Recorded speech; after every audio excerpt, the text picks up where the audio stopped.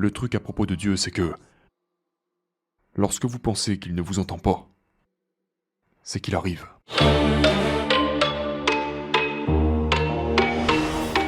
La méthode vers la victoire est d'avoir un tableau de vision avec des choses si grandes que, quelle que soit l'envergure du défi, peu importe à quel niveau de friction vous faites face, vous n'en avez rien à foutre. Parce que vous devez faire de ces choses une putain de réalité.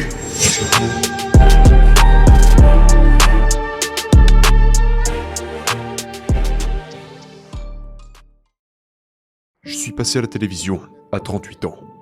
Mais ma vision de passer dans une émission télé a commencé quand j'avais 10 ans. Et je n'y ai jamais été jusqu'à mes 38 ans. Donc, c'était un long chemin, vous savez, de faire de ce rêve une réalité. Mais poser ça sur papier a été un élément clé depuis l'âge de 10 ans. Voyez, quand Dieu vous bénit, il vous bénit pour que vous deveniez une bénédiction. Tu as été la première personne que j'ai pensé inviter à cet événement. Juste pour que tu le saches. La première personne à laquelle j'ai pensé est Steve Harvey. Ok, j'ai rencontré ce gars il y a 3 ou 4 ans. Il me semble qu'on a à peu près le même âge. Quel âge as-tu ? 62.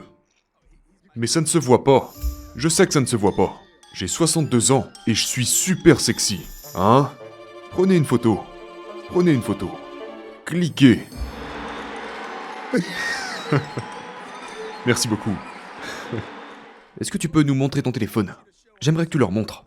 Mec, ça fait beaucoup de gens à qui montrer ça. Ok, où est la caméra ? J'étais à l'arrière juste avant en train de parler à Grant et sa femme et je lui ai dit, mec, j'ai encore des trucs que j'aimerais accomplir sur mon tableau de vision. Et Grant m'a demandé, t'as toujours un tableau de vision ? J'ai dit, ouais, parce que j'ai toujours des visions. Donc mon téléphone. À chaque fois que je déverrouille mon téléphone, c'est là pour me rappeler et renforcer mes visions. Donc, vous savez, généralement les gens ont des photos de chiens ou de fleurs sur leur fond d'écran de téléphone. Pourquoi mon chien serait-il sur mon téléphone ? Il est déjà à la maison. Alors, voici mon tableau de vision. Voilà ce que j'essaye d'accomplir. Et je n'ai jamais montré ça à un si grand groupe de personnes d'un coup. Le coin supérieur gauche. C'est la maison de rêve de ma femme. Et je ne vais pas vous dire où elle se trouve, parce que je sais que beaucoup d'entre vous ont de l'argent et que vous pourriez l'acheter avant moi autrement. En fait, là on voit juste la porte d'entrée. C'est une énorme propriété. Ensuite, là c'est le plus important à mes yeux. Ici on voit l'Afrique. J'ai le rêve, l'aspiration, de m'étendre partout en Afrique. Maintenant ce qui se trouve à gauche ici, c'est 100 millions de dollars en cash à la banque. J'ai juste envie de voir ce que ça fait que d'avoir 100 millions de dollars de liquidité. Et le numéro au milieu, c'est 3 milliards. Je veux dire, je n'ai pas besoin de 3 milliards de dollars, mais j'ai juste envie de savoir quel goût peut avoir 3 milliards de dollars. J'ai juste envie de savoir. Ok, mais maintenant, tu as parlé de 3 milliards, de 100 millions en cash. Tu sais, de toutes tes entreprises. Mec, t'es déjà une superstar. Genre, dites-moi tout le monde, vous ne pensez pas qu'il est un peu gourmand d'en vouloir encore plus ? Peu importe où il va dans le monde, les gens le reconnaissent. Ok, écoutez-moi. J'ai été à tous les niveaux économiques possibles. Mon père travaillait dans les mines de charbon. Mon père gagnait 5 dollars par jour à Welch, en Virginie occidentale, avec 5 enfants. Si vous pensez que ça, ce n'est pas être pauvre, je me fiche de savoir où vous habitez. Essayez pour voir. J'ai perdu tout ce que je possédais 2 fois.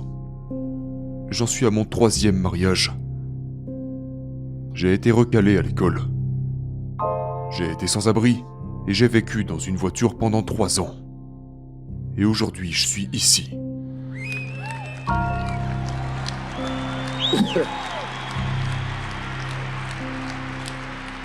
Ceci est avant tout un témoignage de la grâce et de la miséricorde de Dieu. D'abord et avant tout. Seulement après ça, c'est une poursuite sans relâche. Une poursuite sans relâche que j'ai dû mener à bien.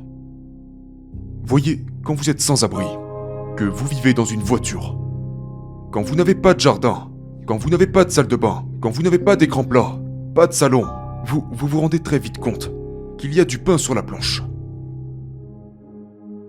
Après avoir vécu comme ça pendant 3 ans, et après avoir vécu cette vie maintenant, je suis ici pour vous dire quelque chose.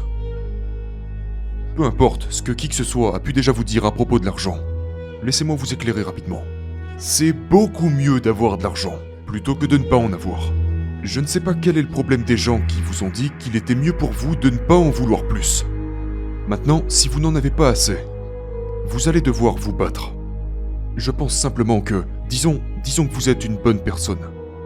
Ok, laissez-moi reformuler ma phrase. Quand vous aurez de l'argent, les gens diront que vous avez changé. Mais l'argent ne change pas les gens. L'argent vous permet d'être davantage qui vous êtes vraiment. Donc on est parti. Si vous êtes radin, quand vous aurez beaucoup d'argent, vous serez encore plus radin. Si vous êtes généreux, quand vous aurez beaucoup d'argent, vous serez encore plus généreux. Si vous êtes un trou du cul avant d'avoir de l'argent, quand vous aurez beaucoup d'argent, vous deviendrez un plus gros trou du cul. Voilà ce que fait l'argent. Il vous permet d'être davantage ce que vous êtes vraiment. Donc, si vous êtes une personne authentique, probablement comme beaucoup d'entre vous, l'argent que vous gagnerez vous permettra de changer les choses et d'aider plus de gens.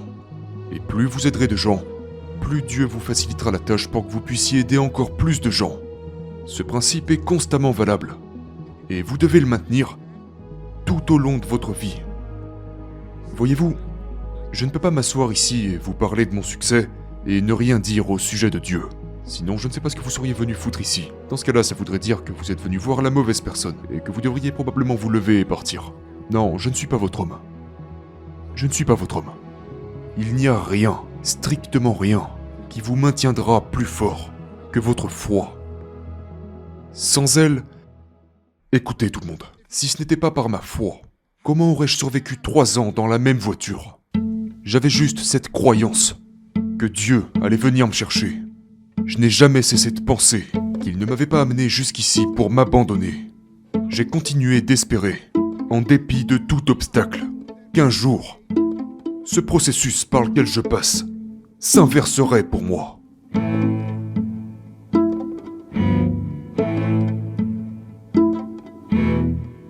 Il n'y a que 2 façons de gagner de l'argent dans ce monde.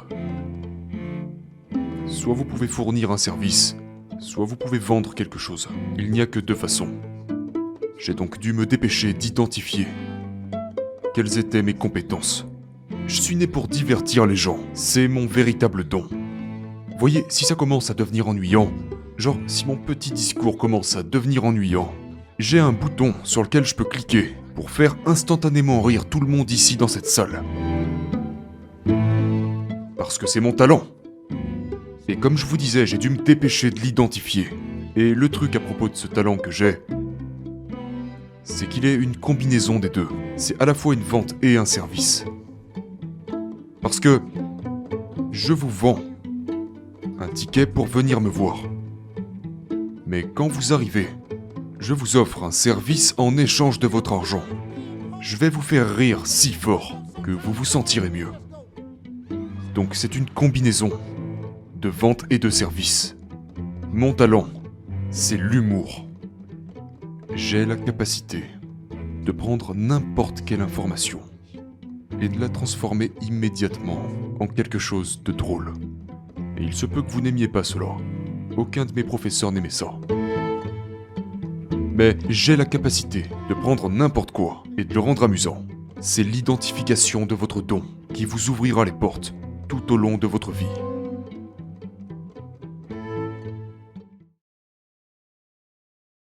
La Bible dit que votre don vous fera de la place et vous mettra en présence de grands hommes. Ce qui est magnifique, c'est que Dieu nous a tous créés et nous a tous donné un don. Chacun d'entre vous possède un don. Si vous utilisez ce don, il va commencer à changer votre vie, parce qu'il met désormais en lumière pour vous un chemin vers le succès.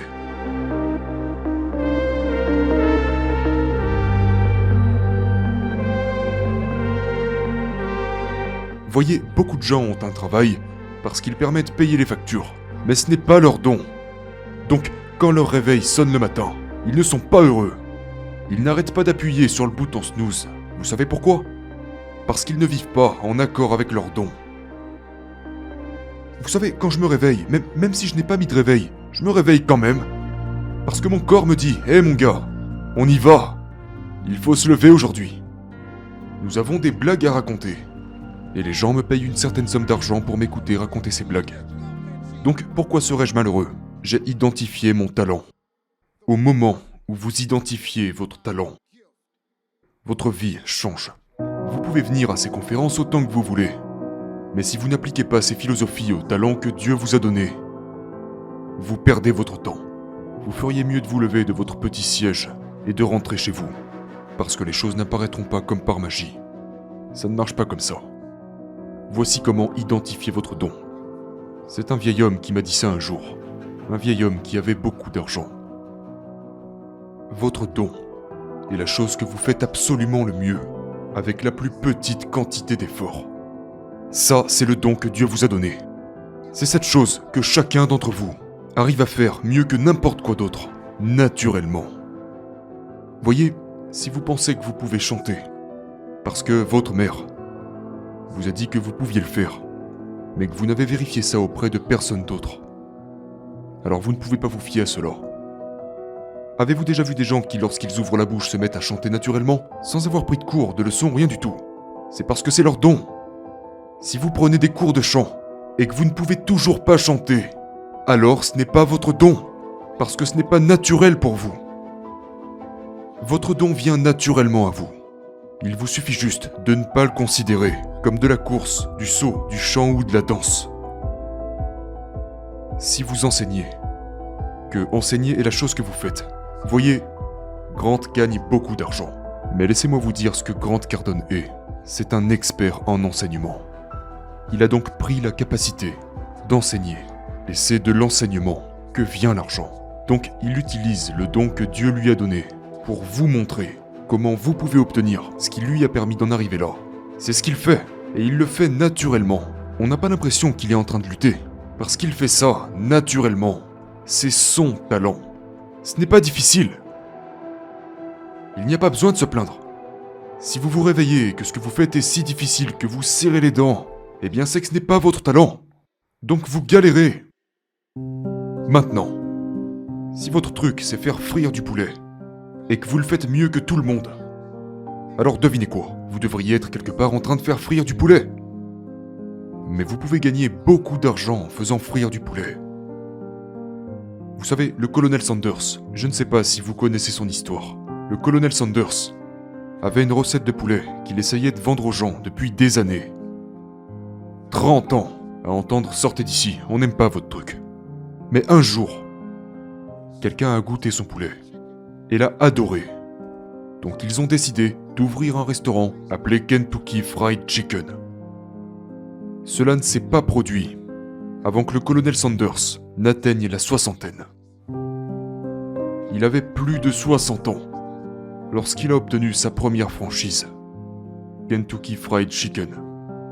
KFC vend plus de poulet que n'importe qui d'autre. Et il est présent dans plus de pays, dans plus d'endroits que n'importe qui d'autre vendant du poulet.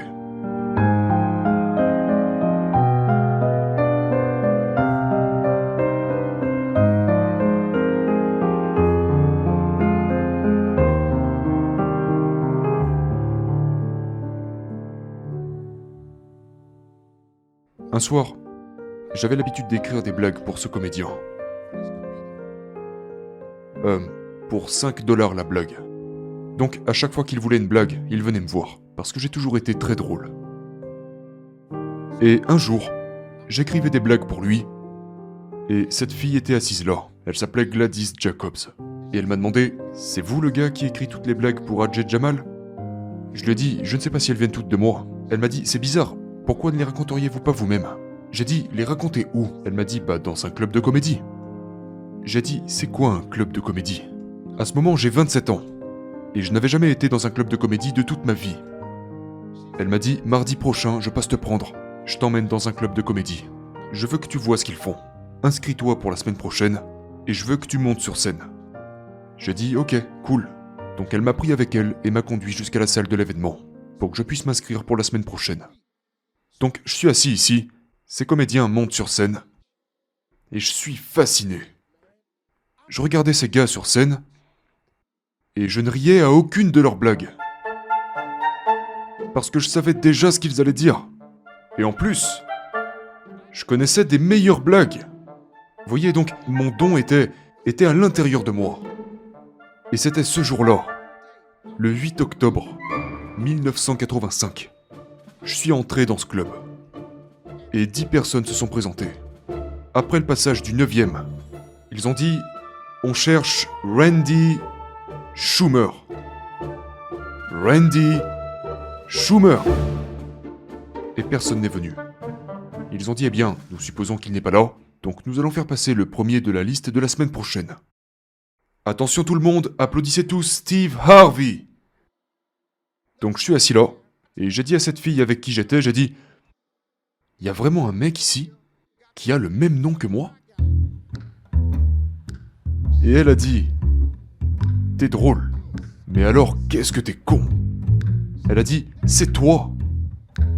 Et d'un coup j'entends « Steve Harvey, monte !» Donc j'y vais et je me retrouve sur scène. Et là je sais pas quoi faire. Donc la première chose que j'ai dite c'est « Hey tout le monde, j'apprécie le fait que vous m'applaudissiez mais moi je m'étais inscrit pour la semaine prochaine. » Et tout le monde commence à rigoler. Et cette fille me crie « Raconte-leur quand t'as fait de la boxe. » Parce que je racontais beaucoup de blagues sur mes anecdotes de boxe. Donc j'ai fait une blague sur la boxe, puis j'ai fait une autre blague. Et le public éclatait de rire. Mais ensuite le propriétaire du club est venu au pied de la scène et a fait « À ce moment je n'avais encore jamais été dans le show business. Ce que j'avais pas compris c'est que c'était un signe pour dire stop. Moi je pensais qu'il voulait me tuer. »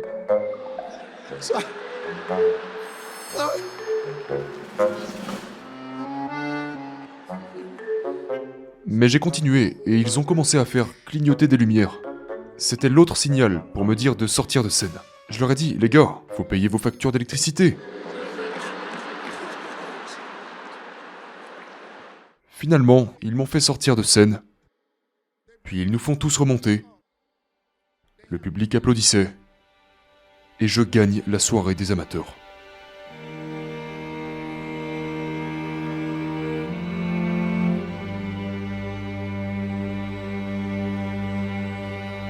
Le 8 octobre 1985. $50. J'ai gagné $50.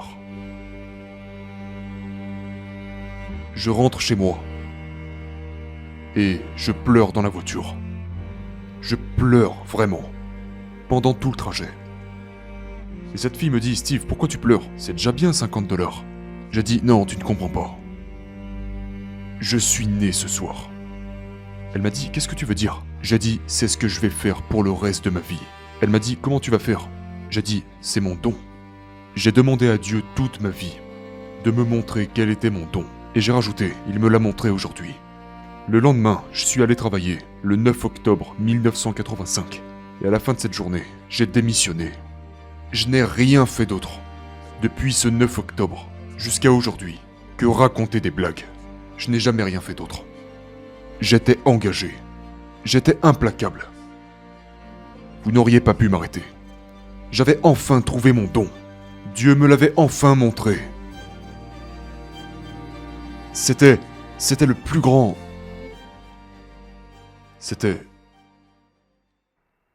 Mec.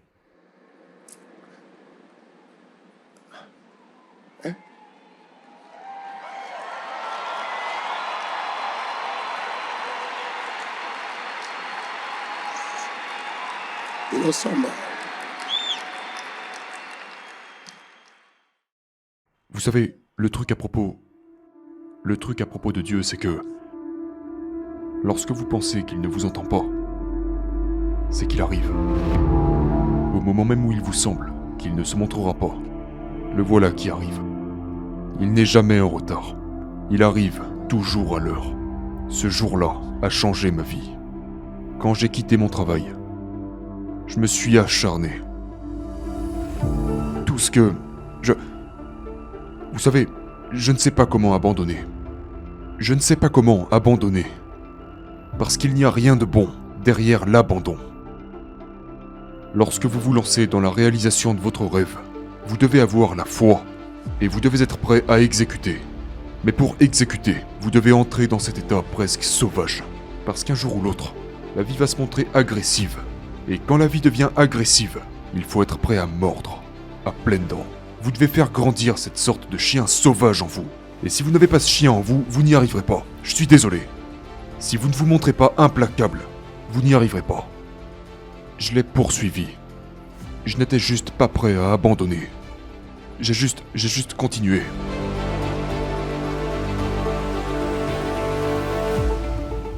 Vous ne pouvez pas abandonner. Si vous abandonnez, vous n'y arriverez pas.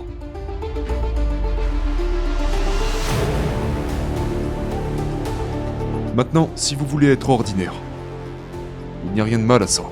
Le problème que vous avez tous ici, c'est qu'un jour quelque chose a disjoncté dans votre tête. Et ce jour-là, vous avez décidé que vous ne vouliez plus être ordinaire. C'est le problème que vous avez.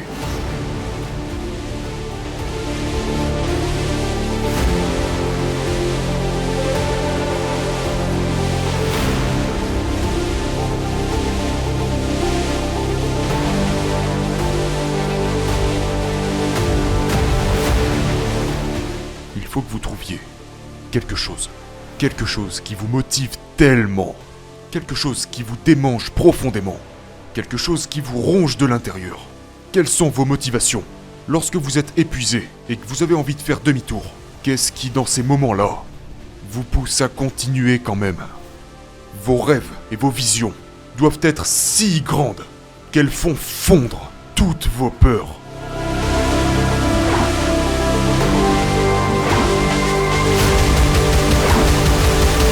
Fuck y'all if you doubt me. I'm a piece of fucking white trash, I say it proudly. Fuck this battle, I don't wanna win, I'm outie. Here, tell these people something they don't know about me. La méthode vers la victoire est d'avoir un tableau de vision avec des choses si grandes que, quelle que soit l'envergure du défi, peu importe à quel niveau de friction vous faites face, vous n'en avez rien à foutre, parce que vous devez faire de ces choses une putain de réalité.